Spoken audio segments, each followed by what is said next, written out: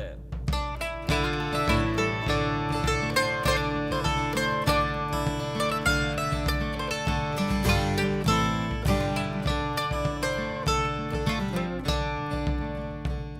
All right. Well, thanks guys for sitting down with me today and coming on the podcast. We're also filming this one today, so you can watch this on YouTube if you want. But for the audio only audience, would you guys like to describe the setting that we're in right now?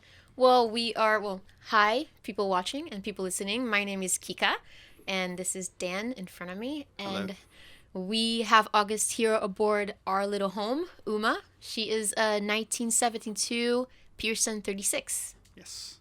We're currently docked in Bergen, Norway, in a beautiful sunny day, which doesn't happen very often, but we're enjoying it. That's true. Yeah, it was super cool. Bergen is my hometown. It's where I grew up, and it's nice when the cool interviewees just come sailing right into my harbor. I love that. And I was walking by the dock one of these days, as I usually do, and I saw your boat, and that was it. Sent you guys a message, and here we are. And this super cool.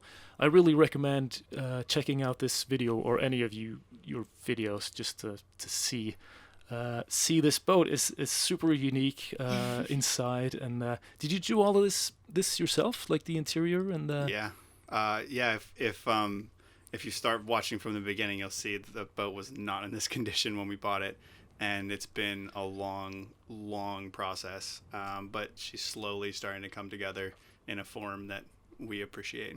Yeah, she was definitely, it's not like we did a renovation at one point and decided to do everything at the same time. For us, she was more of like a learning experiment, so we tried to start learning how to sail on this boat and try to figure out what the problems were and how to make life on board easier for us.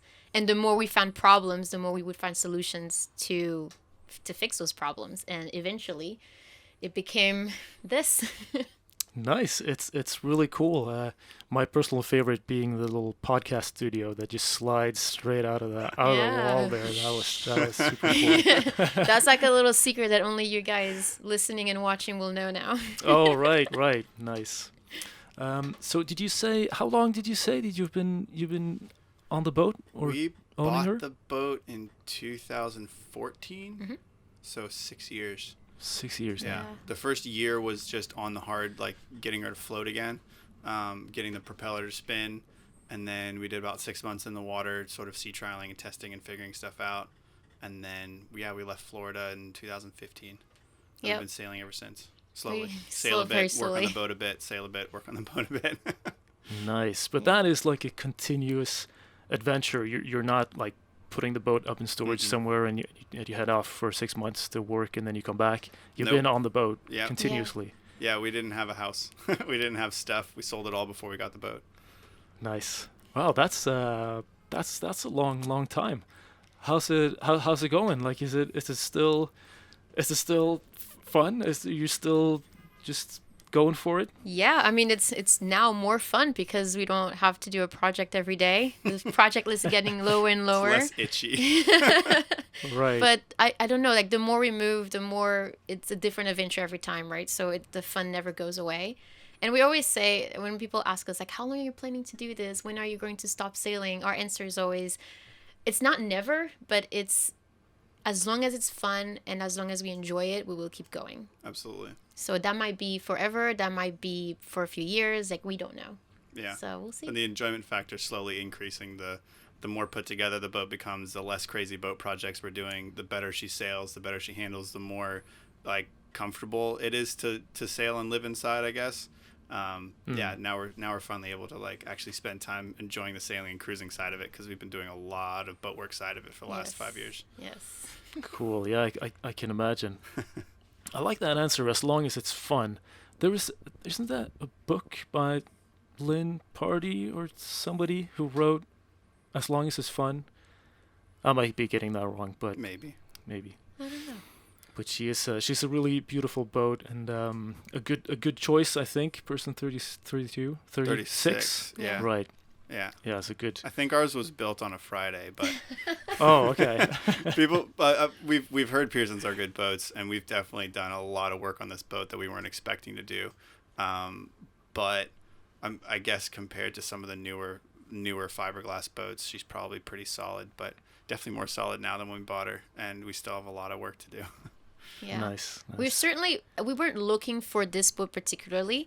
We we fell in love with it. We fell in love with it out of luck almost, because when we Okay. were looking for the idea of getting a sailboat, we didn't really know that we were looking for a sailboat to live on at first, because we've never sailed before. We've never even stepped on a sailboat before. Oh, wow. Yeah. So we had this big 5-year plan of getting a small lake boat that we could just learn how to sail, because we were in Atlanta back then. And then from there, we would, work a little bit more. And a few years later, we would eventually get a coastal boat, and then eventually upgrade to a boat that's, this length and we can live on it.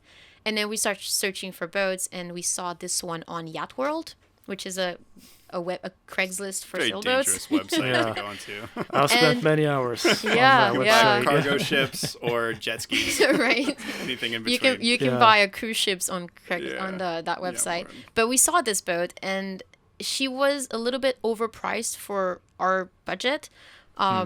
But we started analyzing, like, okay, this is, if we were looking for a boat to live on, this as small as we can handle it, this is probably what it would be.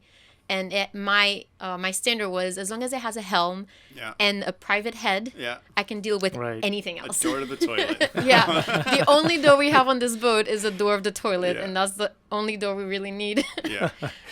Yeah, but then over the course of a couple of months, the price of this boat started going down and down and down, up to, I think the final price that it stopped at was like $8,000 US. And then we were like, well, that's interesting. Like, that's cheaper than the lake boat we were looking at. So maybe let's go and offer something and see if they bite. So we offered 6, and they said yes. And they're like, Wow. okay, so I guess we're moving on a boat. But then a few days later, the broker got back to us saying that the engine didn't work, because I guess it was seized from the owner that didn't really take care of it very much. He's like, well, we know that. He was telling us, we know that it's a deal breaker, that most people don't want a boat without a working engine. So we understand if you want to fall off the contract. And then we looked at each other like, whoa, whoa, whoa, whoa. It's a sailboat, right? Does it have sails? He said, yeah. I was like, okay. Well, then, would you take $3,000 for it? And then maybe a few hours later, we got a phone call. It's like, yep, it's yours.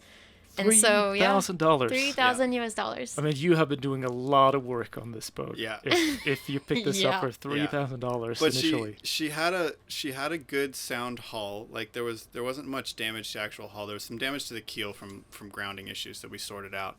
And she had good sails, like relatively new sails. New winches. She came with a dinghy. We didn't want a motor in a boat anyway. Like, it was the one thing we were dreading about owning a boat this large, was having a motor. Because neither of us really enjoy maintenance or the sound or the smell or vibration or will it start, won't it start, diesel and all that stuff. So to us, it wasn't really a big deal. We were kind of excited to figure out something else.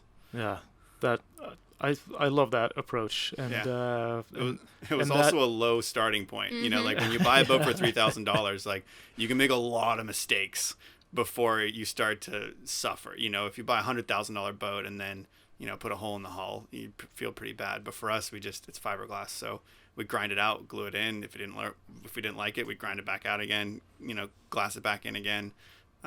We've ripped a few things out more than once and started again. So I can imagine, yeah, Yeah. if this was your first boat. yeah. Yeah. That's amazing. And of course, you probably threw out that old diesel, and then what did you do? Well, we still thought we needed a diesel, and it was just going to be like a necessary evil of owning a boat this large. And we actually found what we thought was the sister engine to the one that was in the boat that had been rebuilt in Florida, and we had it surveyed as well by a diesel mechanic to make sure that the rebuild went well. And he's like, yep, it's good. Like, everything's good. They had the oil tested, and it was also $3,000. And that's sort of why we put the offer in on the boat for $3,000, because we're like, if we can get the Right. motor for $3,000 and the boat for $3,000, if it's the exact same motor, like, we can pull it out, put the transmission on, bolt it all back in. Like, we're not going to have to modify anything. Everything's going to just fit perfectly. A couple of days and we'll be able to like start going south. Cause we bought the boat in October. So we had like winter coming down on us. Right. And then when we got the motor up there and we got up to the boat up near Boston, we took the old motor out and set it down beside the new refurbished motor. And we realized that the new one had been built as a generator. So we were like, okay, we're going to have to adjust some throttle stuff. Maybe there's a solenoid or whatever. Yeah. And then we found out that Westerbeek that single year had a different engine block for their generator version versus their propulsion version. Oh, no. And so we had 2 diesel motors that wouldn't work. And we spent a month on the phone with every diesel mechanic on the East Coast and Westerbeek. And we're like, is it possible to like pull parts out of one and put it in the other? And they were basically like, yes, technically, if you are a machine shop or a diesel mechanic, you could probably figure it out. But if you're paying somebody to do it, it's not going to be worth it because you might be $5,000 into a rebuild or engine swap and they realize something doesn't work. And then, you're still left with a used motor. And so then it started to snow in Boston and the boatyard basically came to us and they were like, you guys either need to pay us to winterize your boat, which was $8,000, and we could come back in May and start working on it again, or we needed to get it out of there. And they gave us like about a week to get our boat out of there. And since we couldn't float it and it didn't have a motor and we didn't know how to sail and we were in Boston in October, we found a trucking company that would ship it to Florida for $4,000. Okay. So for us, we were like, at least in Florida, we'll be able to work on it. Yeah. So when we bought the boat, we had $10,000 in our bank account. We bought it for $3,000, bought the motor for $3,000, and shipped the boat for $4,000. And so we were flat broke again. We arrived in Florida with a boat. We couldn't even pay the boatyard. They were like, yeah, pay us when you launch. It's fine. It was one of those kinds of boatyards. And then, so we were completely broke. And then we flew to Haiti for 3 months or 4 months, back to Haiti to work on another architectural project. And so while we were there, we had 4 months to sort of make some money and sit down and think about like, do we really need a diesel motor? Like, because then we started realizing people like the parties and other people back in the 50s and 60s, nobody sailed with a motor. Like, auxiliary diesels were a thing that didn't exist prior to 1970 in sailboats. And so we were like, sculling oars, maybe a little bit big of a boat to have a sculling oar on it. We could use the dinghy to tow it in and out, but and then we sort of thought other ways of spinning things, and electric motors came into the mind. And then we realized that golf carts have electric motors and controllers and batteries, and we're like, we don't need to go fast. We just need to like get into a marina or get into a fuel dock or get up water or something like that. So surely if you can scull in and out of everywhere you need to go on a circumnavigation, 1 or 2 miles worth of motoring would make that a lot easier. For sure. Yeah, and so we just sort of started Googling and researching electric motors and trying to figure out what you needed to make a big one spin. Because I knew how little one spun, in a blender and in a vacuum cleaner, but not a 6 kilowatt electric motor. Yeah, and then we made it back to Florida. We found a used forklift motor on eBay for $100, and then figured out that we could get some used golf cart batteries and some other components we pulled out of boats that they were scrapping. And we got our propeller spin for about $1,000. We got our propeller to spin. It looked like the monster from Frankenstein. Yeah. We were like, yes, it spins, it works.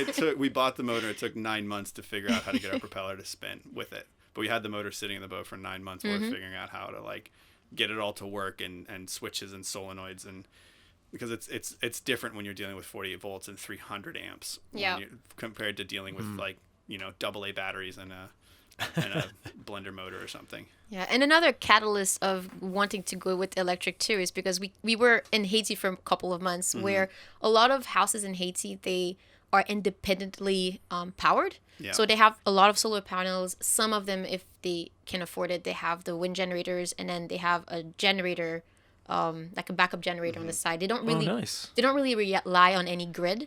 And so coming from there, we're looking, well, if houses can do that, we can definitely find a way to be independently sustainable, without having to rely on going back to land to fill up diesel every single time. And so, that's one of the reasons why we were like, well, you know what? Electric could be a viable option. You can't like grow your own diesel fuel on board, but we can, with our solar panels, we can make about 1 liter of diesel fuel a day. That's about the equivalent. That's fantastic. Yeah, and we don't even have much solar, and we still don't have a wind turbine, and we haven't needed a generator. So We've been making all of our power the day before and using it the next day, and it's been working out just fine. Wow. So you only have solar to charge your batteries? Yeah, which worked really well in the Caribbean, and sailing up the coast of the east coast of the United States and Canada was okay. Our Atlantic crossing was okay. The UK in the winter, we were at a marina the whole time just because it was rainy. relatively inexpensive. It was cold and rainy, and since then it hasn't been enough to fully fill up our batteries. But 2 years ago, we upgraded to a relatively large lithium bank, so we can go about 2 weeks without needing to charge at all. And so the little bit of sunlight we're getting extends that, and then every couple of weeks we plug into a marina because we need to do laundry and fill up our water tanks and stuff anyway. Yeah. And then they just charge up overnight, and we can go out for another week or two. Yeah. That's so cool. That's I think it's really, really neat. I would sort of ask you how it's changed the way you approach your sort of passage making plans and stuff, but you never had a diesel in the first place. No. Exactly. But have you how should I put this? Like how is it different to sail without a large diesel tank at your disposal? So to say. We've been on a few other boats now, and the more we sail, the more we get out on other people's boats as well. And out of maybe the dozen boats that we've been out on that all have diesels, probably 4 of them have failed while we've been on board, whether it's an air bubble or water in the fuel or dirt in the fuel or it won't start or and everyone says diesels are reliable if they're properly maintained, and that's true, but A when lot you're of people living on a don't boat or maintain it's at their the dock, diesels. what does properly maintained really mean? So yeah, it's hard for us to say because we've never owned a boat with a diesel. So the people are like, oh, you'll regret not having a diesel. It's like, well, we don't know any difference. So we like having an electric, and every time we're on a boat with a diesel, like as soon as it gets shut off, we're like, oh, thank you. Like, let's get the sails back out. Let's get on the road. Yeah. But it's definitely, like they say, don't sail on a schedule. That's sort of like the cruiser's rule, right? Because when you sail on a schedule, you get in trouble. It's really solidified that in us, where it's like we really do not sail on a schedule. If the wind is wrong, we're staying put, or sailing a different direction, right? We'll choose even better. we'll choose a date to sail or a destination, but we rarely get both. So if it's like we're sailing on Sunday, then on Sunday we'll decide where we're going. That's so Exactly. cool. I love that.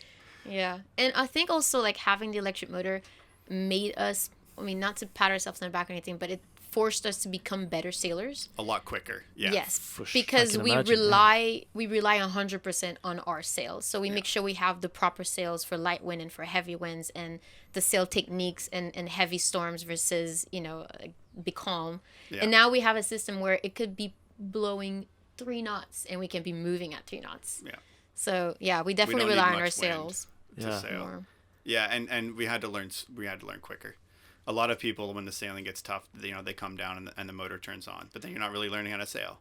Absolutely. It's such a quick and easy get out of trouble. You just push the button and there you go. Or the other comment we get a lot is, well, what do you do in storms? And we're like, what do you do in storms? Because we sail or heave to if it's really bad. But like, what other options are there? Yeah, if you're lowering your sails and start motoring your into engine it. That's in apparently the a thing that storm. somebody teaches in some school somewhere is drop your sails and motor into it. And we're like, but what if your motor dies? Then you're really screwed. Yes, for sure. We sort of have this golden rule where, and offshore, like nothing really bad can happen. Like, yeah, the storms can get really bad, but you can heave to, or you can drop a drogue, or you can, sail downwind or whatever. It's always when you get near land where stuff gets complicated. Like you hit rocks or hit other boats and stuff. But our sort of golden rule is there's sort of 3 favorable conditions. There's light, like if it's daylight or dark, wind, and then current. Mm-hmm. And if you have all 3 in your favor, you're golden. Not a lot can go wrong. Like if the current's behind you, the wind's coming from behind you, and it's during the daytime, your sails can rip, you'll still go downwind. Your motor can die, you'll still drift downwind. So we always try to get 2 of those conditions. And if we don't have them, we'll wait offshore until we do. Because daylight and tide always shift. So even if we have to tack into an anchorage or tack into a fjord, if it's during the day and the tide's not against us, we're golden. It doesn't matter. But if only one of those things is in our favor, we won't do it. Yeah. Because then if the wind dies or shifts, or if our motor doesn't work or something, then we're in trouble because we have nothing else in our favor. And that's one of the things that we've learned from experience. It's not like we started sailing, we already had that rule. It's like we've learned our lesson that way, because I think the first against the current experience we had was going into Charleston, actually. And we thought that the current was shifted, but it was taking a little bit longer than we thought. And the wind was against us. So we had current against us, wind against us, but it was daylight, right? So we tried to tack into it. And at some point, we were tacking backwards. Yeah. And if it wasn't for like how fast we could turn on the motor just to give it that little extra thrust to go backwards, we would have hit a giant red marker. Yeah. Going backwards. Right. Yeah. Trying to go forward. And so, yeah. And so we learned our lessons. So we said that, okay, that's enough. We're going to turn around, wait for the tide. So we drifted outside of the channel for 6 hours, had breakfast and hung out. And then 6 hours later, the tide was with us. It was still daylight. We were still tacking, but we could... Went straight in. We straight in. And we also sort of cool. analyze when we hear horror stories, when people are like, well, what happens if this, or I was on a boat and this happened and we had to get towed, or like we had to turn on the diesel motor. It was the only way that would have saved us. And it's like, well, you were trying to get into a cut at night with the tide against you. Like, of course your diesel motor is going to die. Like, have you heard of Murphy's Law? Like, that's a thing. But yeah, if you're only relying on one thing, that then when it fails, you're screwed. Yeah. But if you have, if you're motoring in and the wind is in your favor, then yeah, you can roll your head sail out and you can finish what you need to do. But yeah, usually the people that get in trouble either have all three of those conditions against them, or at least only have one in their favor, and then it goes away, and then there's nothing else you can do. Yeah, I think that's really, really interesting, and I really believe in that. It's makes you better sailors not having that, because a lot of people do work that way, that they, as soon as something gets a little complicated, they just turn on the engine, and it's kind of like too easy. Stop running when you get tired. Yeah. Like that's this point where you start learning important stuff. Yeah. And sailing on and off anchor too, because we didn't have a windlass, and we didn't have for the first 3 years, we could motor for about 15 minutes, and then our batteries were dead, and then it would take 2 weeks to charge them back up, because we didn't have a shore charger, so we couldn't plug in to the dock. And so we had to get a reliable anchor very early on, because the whole like anchor, have it drag, reset, motor around. Like, we would watch people try to motor for an hour, or try to anchor for an hour, and they'd be motoring around, it wouldn't set, and they'd motor over here and it wouldn't set. But like, we never had that option, so we were sailing up. And like, as we were luffing up into the wind, we'd go forward and like drop the main, kick the anchor off. It had to set the first time, every time. There was no option for a plan B. Like, it just had to work. Right. And so all of that stuff we've had to like really hone down so it gets right the first time, because there's kind of no room for error, because you don't get a second option. Right. Yeah. We say that our anchor is our insurance policy. Well, it is our insurance policy. It's not like it is.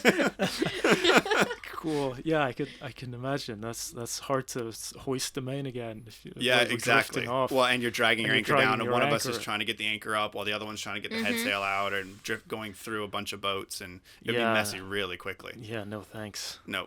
Yeah. I think maybe, Kika, I think you and me should switch places. Sure, For the camera. By the way, for the camera, you can see how short I am compared to August. I'm way out of frame. You can't even see this. He's just he's in a smaller boat. Yeah. I think our boat's about a 48 foot, maybe a 52 foot for Kika.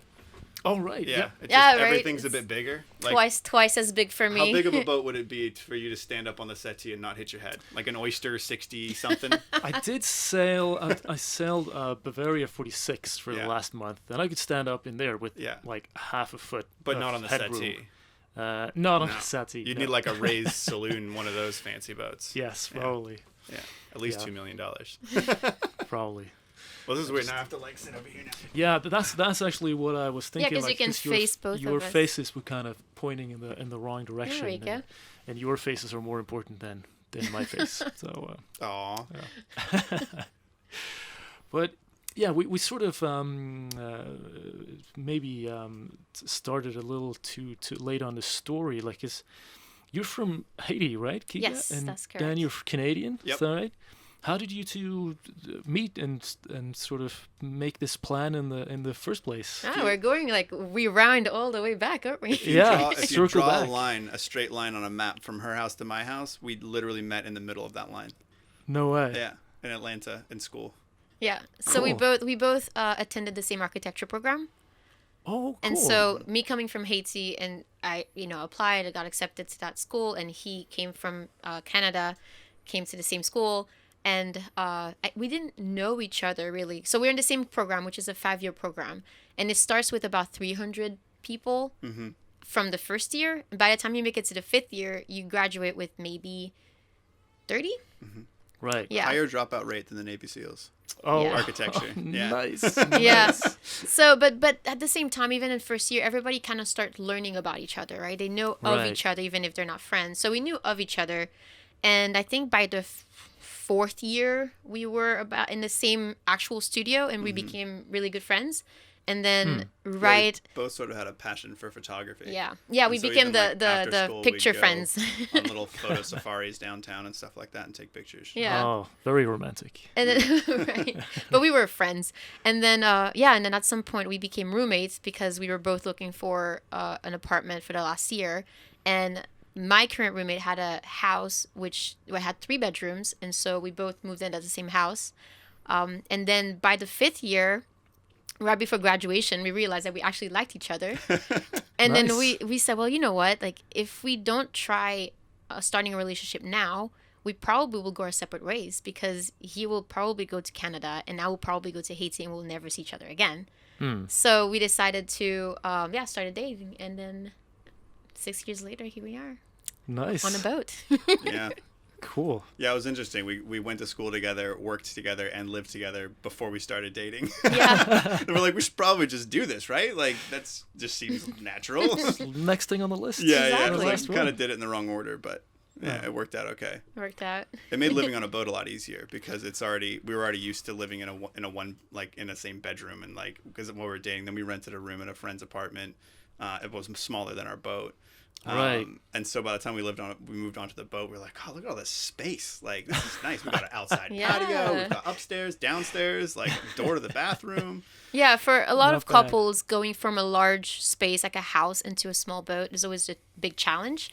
For us, moving from a tiny room to this boat was an upgrade. Yeah. So, Well, It was fun. and normal couples with normal jobs and normal houses probably spend all of 2 or 3 hours a day, minus sleeping together, maybe. Like, I mean, if you sleep in the same bed, that's nice, but you're asleep. But like breakfast, and then they go off to work, and then they come home, and maybe they have kids, and so, maybe an hour or two in the afternoon. And so like one year on a boat with the two of us is like probably 7 or 8 years of like an average couple relationship. That's true actually when you About think like about it. FaceTime, like Yeah. so to speak. There's Yeah. no getting away, so there's no arguing because there's no point. Like, yeah. yeah. That's true. So it was a good thing then that you tried, living together, studying together, working together, doing all that before you headed off on this Yeah. adventure. It Yeah. wasn't really a plan, but it certainly helped, I think. Yeah. Cool. Well, I know the full story now. Cool. You do, yeah. Yeah. So back to today. Fast forward. Anyway, fast forward back. I noticed I did check out your boat a little bit when I was walking past the other day, and I saw this slogan thing on your bowsprit that caught my eye. It said, "Don't buy a couch." I Yeah, think. that's correct. Words And to I live really, by. I like that. Is that like your, is that like a motto? It is, Um, yes. I Wow, thought what's that was the motto really, with you? really cool. Do you want me to do it? Oh, okay. Peer pressure. The No pressure. spotlight You is wanna on me now. elaborate on the. It's your voice On in the step slogan? one, so you could just start. Should I just like talk like just speak step one? No, so the Dobakar story basically came from when we were in Atlanta. We were helping a friend move out of his apartment. And we were already sort of thinking about ways to travel.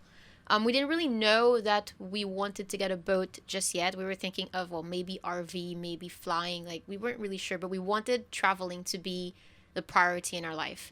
And so we were helping a friend move into her new apartment, and her roommate that was there, we had a conversation, and he had a very interesting story where he would fly to multiple countries and live there for a few months.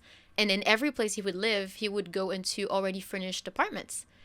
But he would not go into empty apartments. And we just asked him why. He's like, well, because if you want to travel, you can't buy a couch. And then we're like, Right. that's the weirdest advice I've ever heard. And then so But we went home, we started thinking about it, and then more kind of festered in our mind. And then we realized that it makes so much sense, because if you buy the couch, then you start thinking about, okay, I need a place to put that couch. I need to buy an apartment. I need to buy a bed. I need to buy a TV stand. I need to buy a washing machine. And then the more you buy things, the more you get tied to those things. And a lot of those things come from, your credit card, where you can't really afford it. So you think you need something because your neighbors have it. And so you start depending on a lot of things in that center, in the city life, or whatever it is that if you really want to step away from, it's hard. Yeah. So we made the decision. We're like, you know what? We will never buy the couch. We will never go into debt. We will never buy a life that we don't want, basically. I don't know if I explained it right, but that's where it great. stemmed from. Well, and the irony too is that, when we were in college, like, sure, we had like a futon from Craigslist and like a mattress and stuff. Like, we had cheap stuff we found used or whatever, because you kind of need to live on it. But when you start getting a real job and you start being an adult, quote unquote, and you start getting an apartment, then you start investing in furniture and TVs and that stuff. And a lot of those things are the same price as airplane tickets. Like a good couch could easily set you back $3,000 for a whole suite. $10,000. Our boat costs $3,000. So it's like just a used car is $3,000, but all that stuff weighs you down and ties you down, and so sort of the full slogan is, if you want to travel the world, don't buy a couch. Nice. Because there's also people who want to settle down and have a wife and kids and a white picket fence and a 2-car garage, and like that's their dream, in which case that's awesome. Yeah. But like pursue that with all of your gumption and motivation. Yes. And don't buy into someone else's dream. Don't buy a sailboat if you want to live if you want to be a farmer, don't buy a sailboat. Exactly. Don't buy into some dream just because you're told to do it. Yeah. So the couch is like a metaphor for someone else's dream, basically. Although we do now get like messages on Facebook of people who are like burning their couches and like selling their couches and couch for sale, and it's kind of morphed into a thing. We didn't really like expect it to at the beginning, but it's kind of become a thing, hence why it's on our t-shirts and on our bow. Oh, okay, cool. Yeah. We started a cult. The Don't Buy a Couch cult. Nice. Anti-couch movement. Right. Cool. I'm going to pause you for a second. I don't know if your camera is the same as ours, but every 30 minutes or so it stops recording. Oh, so you might want to. I just noticed that the screen shut off, so I just wanted to give you a heads up. Oh, okay, thank you. Yeah, it actually is exactly 30 minutes too. Yeah. Wow. So we might have lost like 5 seconds of it, or did the battery die or something? It shouldn't. I think batteries. Push the shutter button. We're full. On the front. Oh, there it is. Yeah. It just stopped recording. Yeah. Okay. Cut. It's cut. Intermission. I don't know why Canon still does that. They're like the last camera company. Sony's, Panasonics, they all have unlimited record times. I know why, actually. It's because if they can record for longer than 30 minutes, it's considered a video, primarily a video camera under certain tax rules. In the US, I thought they fixed it. That's why everyone's switching. But Canon still, maybe in some countries they haven't. Okay. Huh. And, I've heard similar, but I thought like last year or something. Yep, we are back on. We are back on. Let me check the focus here. Looking good. Cool. And welcome back, people, to another 59 North podcast. Here I am with August and Dan. Tell me about your story. How did you two meet? Podcast takeover. I have a good podcast voice, don't I? I could take over now. Yeah. Yeah, you should do a podcast. The Sitting Up podcast. Ooh, it's almost as if it already existed. It's weird. Wow, did you really just plug your own podcast on a podcast? That's classy. Yeah. This would be the perfect place to launch it. People are already listening, so. Yeah. No, we're just kidding. Yeah. No, I love that couch thing. I have a good friend of mine has this rule for himself. He says that he doesn't spend any of his disposable income on things or he only spends his disposable income on things that'll get himself out of the couch. Mm-hmm. And this, when I tell him about yours, it's just gonna blow his mind because you just skipped the couch in the first place. Yeah, exactly. You don't have to deal with that problem. Well, and there's other things too, like you want a passport full of stamps rather than what's the other side? Rather than a house full of stuff, a passport full of stamps, or like Yeah, there's a couple of those sort of sayings where, yeah, it's like, yeah, get up off the couch, like Yeah. stop. And ours is like, stop watching other people do it, like go and do it yourself, which is, gonna make us broke because we run a YouTube channel and a bunch of people sitting on their couches watching our videos. But hopefully we can motivate them to get up off the couch and like go out and experience the world for themselves. But Oh yeah, I'm sure. Yeah. But that's the thing we got too, both sides right? of that coin. Yeah, we are sort of the solution because we can show people that we are doing it so that they can do it too. But at the same time, we are also part of the problem because in order to watch it, you have to have like you stay at home and watch the TV to inspire you to go out. In your couch, yeah. On the couch. But at the same time, like one of the reasons we started making YouTube videos at the beginning was sort of two reasons. One, we didn't know anything about sailing our sailboats, and we went on YouTube to learn about it. So like our education from how to fix a boat to how to sail all came from YouTube. And so if we were learning how to do it, maybe we could like make videos about it and give it back so that other people could learn how to do it, because YouTube is a huge learning platform. They call it YouTube University, right? Right. But then the other main one also was that there were very, very few videos out there about sailboats and people living on them, because this was back in 2014 or so. So YouTube was only 5 years or 6 years old anyway. And there was some van stuff and some tiny house stuff starting, but the few videos that were out there were all people who had like expensive ocean going vessels, who either they worked for a long time to save up and buy them, or I don't even know, maybe they were investment brokers or whatever. But when we learned that we could do it and we could buy a boat for $3,000, which was completely unheard of. We thought we needed $1 million, $500,000 for the boat, $500,000 to sail around the world. Like that was sort of what everyone said that we needed, and so we sort of assumed we did. And so we sort of learned that we could do it a lot cheaper, and then sort of document the process of like how to get the boat to float, how to learn how to sail, how to get out there, start small. If you can sail over the horizon, you can sail around the world, like all that kind of stuff. If we were learning that and then we could make videos about it and share that knowledge back, then other people could learn it as well. Yeah.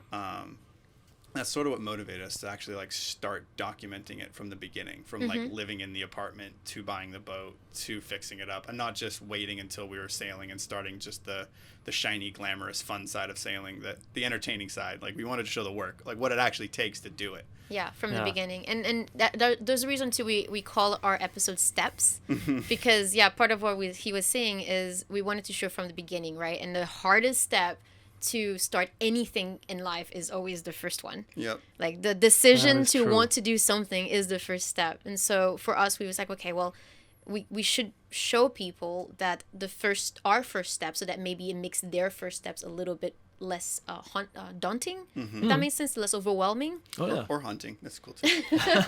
Whichever word works in that situation.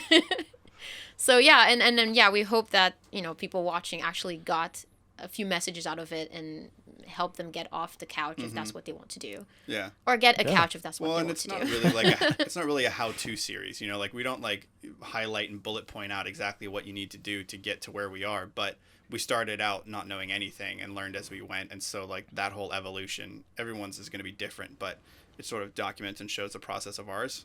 And so when anyone can jump in anywhere in any of our videos and be like, oh, they're here, and then they can go back to the beginning and see where it started and kind of like follow it through, and then maybe that inspires them to kind of do their own thing, whatever that is.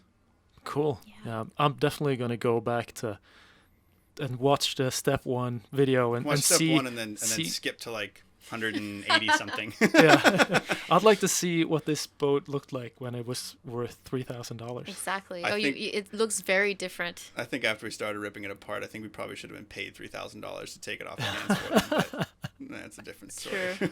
Wow. Yeah, we call it binge watching. We have like a little button on our channel that's called binge watch from step 1. Oh, and nice. That's it's a dangerous button. I'm sure it is. Yeah, it'll get me down in the couch. I assume. Well, winter's coming, so it is. We've heard there's a lot of couch time in the coming months. There is. There might be. And how did you get into the filming thing? Was that like a part of the plan from the start? Was that something you guys figured out? How did that evolution? So we've never really videoed anything before we got the boat, and we were always into photography. Like we said before, Yeah. we loved using the camera. So that's something that we've already enjoyed doing. And so when we thought about, like, documenting from the beginning, and we decided to, film it with the camera that we already had, which was a phone and an old DSLR that we had for school. Yeah. And so, like, this is the best we have. We're So like, let's just it do has it. a record button? Yeah, we never knew that. Cool. And so, like, let's just do the best we can with what we have and just document, like, from the very first step. And then so ever since then, it kind of started evolving, and we start learning how to use a camera more, how to edit, and it became kind of a learning process. Camera gear's gotten so much better and so much more affordable now too. Like drones weren't really even that big of a thing 5 years ago. Like phones on your camera were okay. I think we bought brand new a GoPro 3 like Black Plus or something. It was like $500, and it was like, now we look back on our footage from back then, it's just awful. Like it's shaky and it's out of focus and it's overexposed and the audio's bad. But the more we go and the more we learn and the more we evolve, just like the boat, just like the renovations, just like our sailing education experience, like it all just sort of naturally continues to grow. Yeah. Including the filmmaking side and the editing side and the gear we use and all of it. Yeah, and that's the thing too. I don't think so. When we get approached and asked about somebody starting a YouTube channel, and then it's like, what equipment do we need? What camera do we have? What editing software do you what use? editing software? The first thing I say is like, it's not the software that does the editing. Yeah. But then again, the other advice is just use what you have. Like especially today, a lot of the times we use our phone to film. Especially Nobody in even public. notices. Yeah. You bring out a big DSLR with a big fluffy microphone, and actually we've been kicked out of places before. They're like, oh, you're not allowed to film here. We're like, well, we're just filming for a school project or whatever. And they're like, nope, no filming. Yeah. And you pull out the cell phone and like nobody cares. Yeah. So Yeah. a lot of what we shoot is actually filmed on cell phones. So just use whatever you have, and the Adobe basic Well, the free thing that on editing a computer, software, too. and then just evolve from there. Yeah. And that's Our kind of what we did. Our first video was edited on iMovie, and then the next like 100 were edited on a bootlegged version of Final Cut. And then at some point it was just getting so slow, and we were like, I think maybe we were starting to make a little bit of money from the videos at that time. We were like, well, let's at least buy the licensed version of Final Cut. It's like $200 because surely it'll be faster than like a 5-year-old bootlegged version.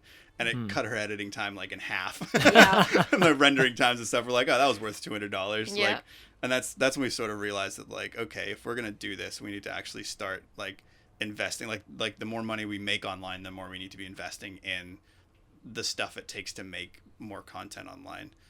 Right. So faster laptops and better camera gear and stuff that's just easier to use. So there's less time worrying about focus and exposure and is the audio good. And, if we can just pull it out and hit record, then we're good. And if we can just edit the footage after, and it's good. Yes. Yeah, cool.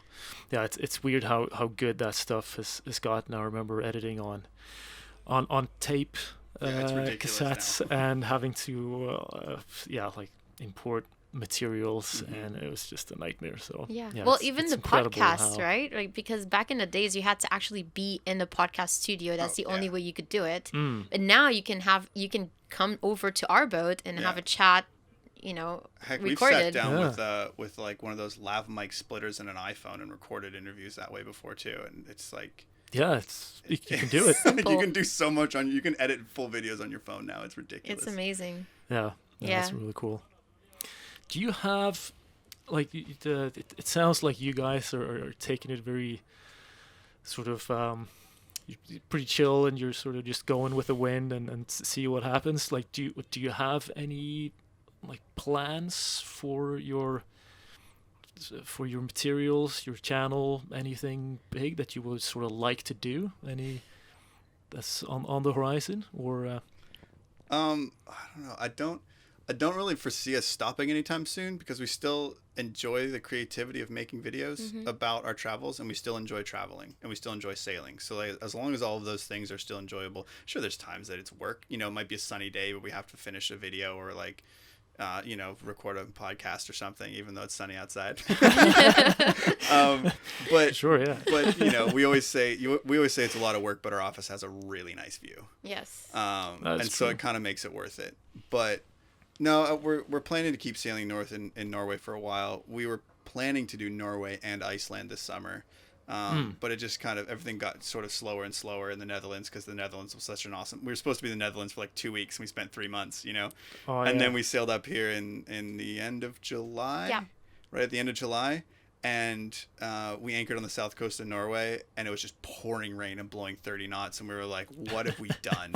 We're like, why are we here? Like, we know what the Med looks like. We left the Caribbean. We're like, what are we doing? Like, we've got good gear. We've insulated our boat. We've installed a wood stove. Like, we've prepared for the north. And as soon as we got here, we were like, this is a bad idea. And then 3 days later, the sun came out, and we're like, we're staying for a year.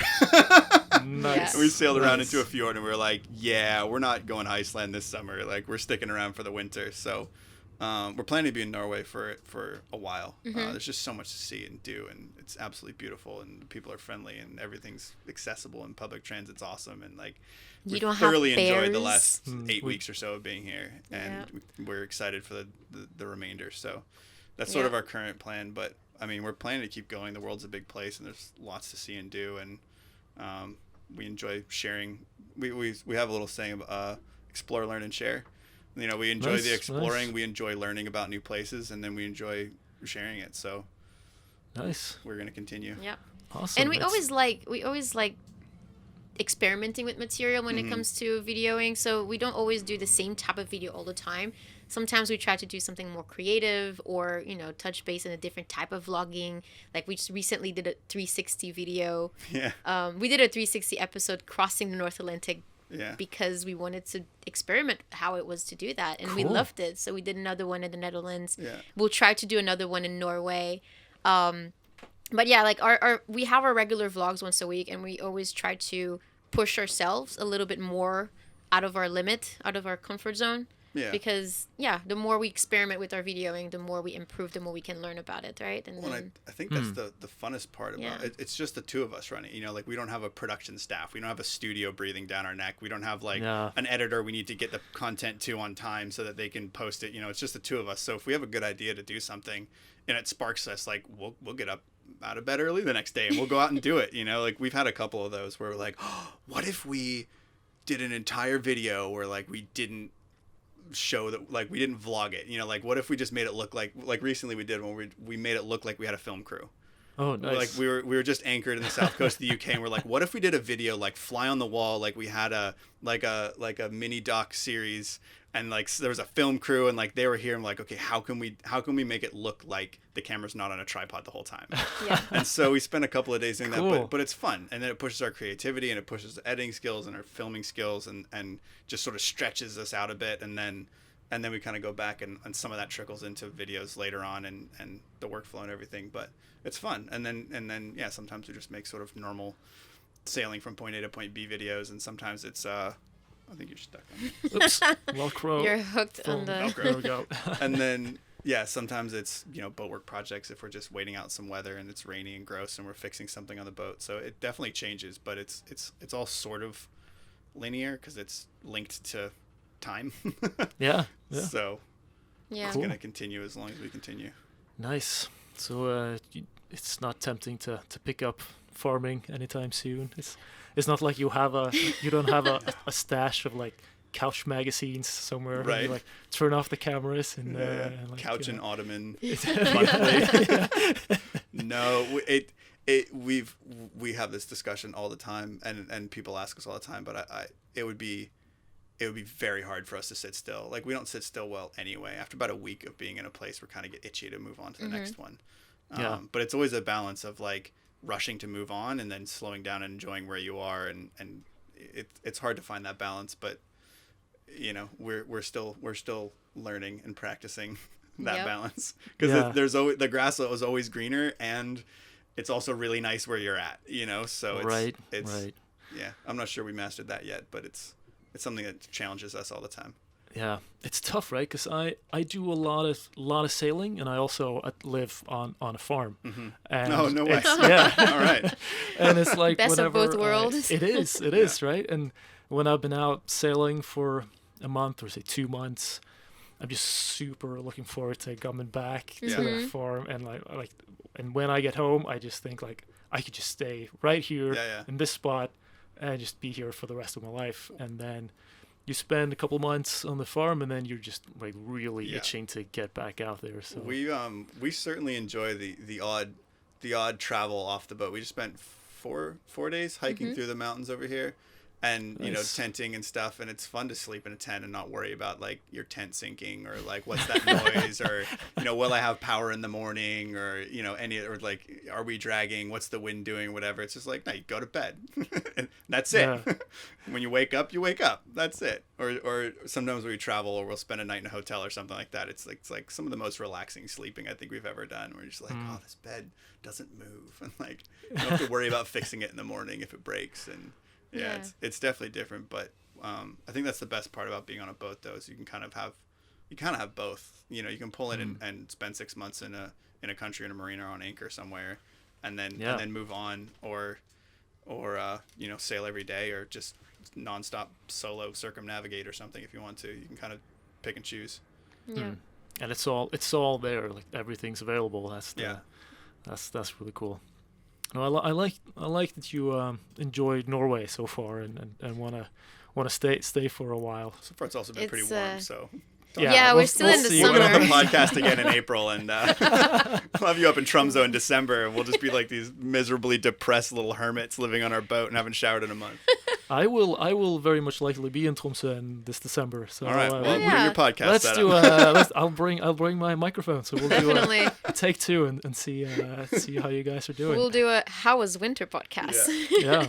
I mean, we've heard it doesn't get super cold, and snow is beautiful, and the northern lights are beautiful, and reindeer are cool. So I think we have a bunch of online work we need to get caught up on. So Yeah. But that's the beauty, again, about being able to, like, living on this boat is that if we don't like it, we don't have to stay. That's Like, true. we always like to experience new adventures. And so for us, being in Norway is completely different than anything we've done before, which is why we're motivated to stay. I But had then to at buy the same shoes. time. Yeah. Yeah, you spent about 4 years without them. And pants and long sleeve fluffy sweater things. I didn't own those for the last 5 years. Oh, that's a good life when you don't own pants. Yeah. That's Or a shoes, Good, yeah. That's It's a like measure 3 of a pairs good of life. shorts, half a dozen t-shirts, and I gave up on buying flip-flops because like you buy a pair and within a week you lose one. And so I probably had 8 flip-flops, but none of them was a pair of flip-flops. And so I just gave up on shoes entirely. We're in the Caribbean. Yeah. Yeah. That But then, sounds yeah, if the pretty winter good. is too much this year, we just won't do 2. Yeah, Yeah, right? exactly. Exactly. I mean, you're gonna love Tromsø in the winter though, if that's what you're. We're planning to Thinking about? slowly keep sailing north, and then maybe in the spring, if the weather looks okay, maybe go up to Svalbard and then down to Iceland on our way out, or just Oh, yes. move in, or just become Svalbardian residents. Svalbardian, Sval. I guess you could just call that it would Norwegian, work. but it doesn't Yeah, quite sound as cool. Norwegian. Yeah. Svalbardians. Yeah, well, you don't need a visa to go to Svalbard, so That's Kika's true. fine. She can just live there for 7 years and become a move Norwegian there. resident, and all of our Done. visa problems will be solved. Yeah. She doesn't get I eaten by a think- polar bear first. No. That's the Yeah. asterisk and the fine point at the bottom of that contract. Yeah, that's a problem. You have to survive Yeah. polar bears and cold for 7 years. Yeah. 7 years is a long It time. is a long time. Somebody got killed by a polar bear on Svalbard. Yeah, just we a heard he couple was days ago. like tenting beside the airport or something. Yeah. It sounds like a terrible idea. Yes. They do have hotels in Svalbard, I've been told. I'm not sure. two hotels. Yeah, I'm not sure Was why you it need full? What? Was it full, the hotel? I'm not sure. I think they just camped for fun No, by the airport, Goodness. which I just sounds watched weird, a video but- recently of some docu thing that was in Svalbard, and they were interviewing the lady that fixes all the tents and backpacks and stuff that gets shredded by polar bears, because they'll set up their tent and then go on an adventure and come back and all their stuff is just ripped apart. Oh wow. Because I imagine Wow. polar bears kind of have similar temperaments to grizzlies, where like they'll just rip stuff up for fun. They're like, oh, that snowmobile looks tasty. They're not that's hungry. polar bears They're not for you. So gonna eat far, it. But, you're not convincing me to go to Svalbard. Great job. oh, they wouldn't No. worry about you. You're too small. You'd be Exactly. like They a won't little- even see me. an appetizer. Wow. Yeah, no, Svalbard is beautiful. I've been Yeah. up there every year, every summer, and also Tromsø in the winter is like the lights beautiful, northern lights, Yeah. snow, but the real big deal are the whales Yeah. up there. It's the largest concentration of whales anywhere Interesting. in the world. And you is just the fjords sail there in out the a few winter. miles and you're in them. Yeah. Like, yeah.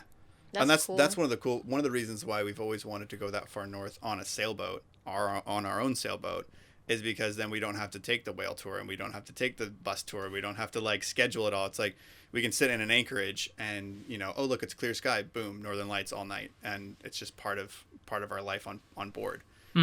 So I think we'll be able to deal with the cold and the dark for a little while, because of, you know, that you're rewarded for the effort, right? Indeed. And you have the wood stove ready. Yeah. I mean, you guys are Our pocket wood prepared. stove. It's super neat. We had a friend that wintered up in Tromsø area, and they went to Svalbard, and they spent 2 years up there, and they came down here a few weeks ago, and we met up with them, and they looked at our stove, and they looked at each other like, "Is that a toy?" And then finished. They were like, "Is that a toy stove?" Like, no, it's actual. It works. I promise. It actually gets really, really toasty. We're working on a better chimney system. Our chimney's a little bit too short. But other friends on cracking the aluminum boat in front of us the other day, they spent a year down in Patagonia and Antarctica. And they were saying they had the running joke is you can tell how long someone's been in Patagonia by how tall their chimney is. Yeah. Because like the first year show up with a tiny little stub like ours, and by the second year they add a meter, and by the third year they add a meter, because that downdraft is brutal. Right. When it's blowing 50 knots and you just want some heat. I can imagine. Yeah. So yeah, the general plan is to get all the way up north to Tromsø, but we're not making that plan kind of set in stone. Well, you can day It's as sail all the far way as there. we go up, we'll get up. I mean, there's little harbors and ports and islands and things. I mean, half of Norway you can do on sort of the inside passage, so to speak. Yeah. And then once you get up to Lofoten, you can do all of it on the inside as well. So it's not like we're going to be dealing with crazy bad weather. You know, we'll just be hunkered down, anchored somewhere, and then surely there's going to be at least one day of good weather every month. Yeah, that right? we can sail further north, and we'll just kind of keep plugging along. But For sure, yeah, no problem. And see how far north we go. Just fine. Yeah. Depends on how the wind's blowing, right? Exactly. There you go. Our other T-shirt says, "We're in no hurry to go anywere ever." That's our second motto. That's a great motto. Another good one. That came up when we were. I think it was the very first sail we ever went on this boat. We left the marina. We turned the corner, and there was like 4 knots of wind downwind, and no tide. And so we were drifting along at like 1 knot underneath a bridge on the ICW in Florida, and our friend was like holding the head sail out with the boat pole. Oh yeah. And he was just hanging out, and we're like, yeah, we're in no hurry to go anywhere ever. And it took us like 2 hours just to get out into the ocean, and we made it out into the ocean. The wind just died for 4 hours. Nothing. We were about half a mile offshore and we're just bobbing around. So we like drank a beer, ate lunch, went for a swim, and then in the afternoon the wind filled in and we sailed back in, and we were like, that was the best. That was our first shakedown sail on this boat. And we were like, that was the best shakedown sail ever. Like nothing broke. We went out, we had fun. We moved the boat under sail power. We didn't even have the electric motor hooked up. Like it was completely under sail power. We couldn't have motored if we wanted to. So yeah, we've adopted that. That one's been a battle, but we've adopted that from the very beginning. Just to not be in a hurry. We forget it sometimes, and that's when we get injured and stuff breaks. But then we remind ourselves, and we just pull over for a month and breathe. Right. Yeah, I think it's a good rule to live by, I think. Yeah, to just slow down a bit. Yeah. Yeah. Cool. Well, I think we're coming up on an hour, guys. Did the camera die again? I think Camera's still good. the camera's still rolling. We have a few minutes left on it, I think. So, well, thank you so much for taking the time to have a chat with me, and good luck on your adventures further north. And I'm looking forward to meeting you again in Tromsø. That's going to be thanks for coming over. fun. Yeah, thanks for having us. I mean, Thank thanks you. for us having you here, I guess. You having us. Thanks for coming to Bergen, guys. That's really cool. Yeah. Bergen's been awesome. We kind of don't want to leave, but the north is calling. Oh, it is. I hear it too. The call is loud. Right? Yes. There you go. There you go. Audio by Kika. Or does it sound more like a bear calling? That does not sound good. Yeah. All right. Thank you so much, guys. Yeah, thank you. Thanks. Cheers. Great. Do, do, do, do, do, do, do. Play your own Oh, wait, wrong channel. Theme music.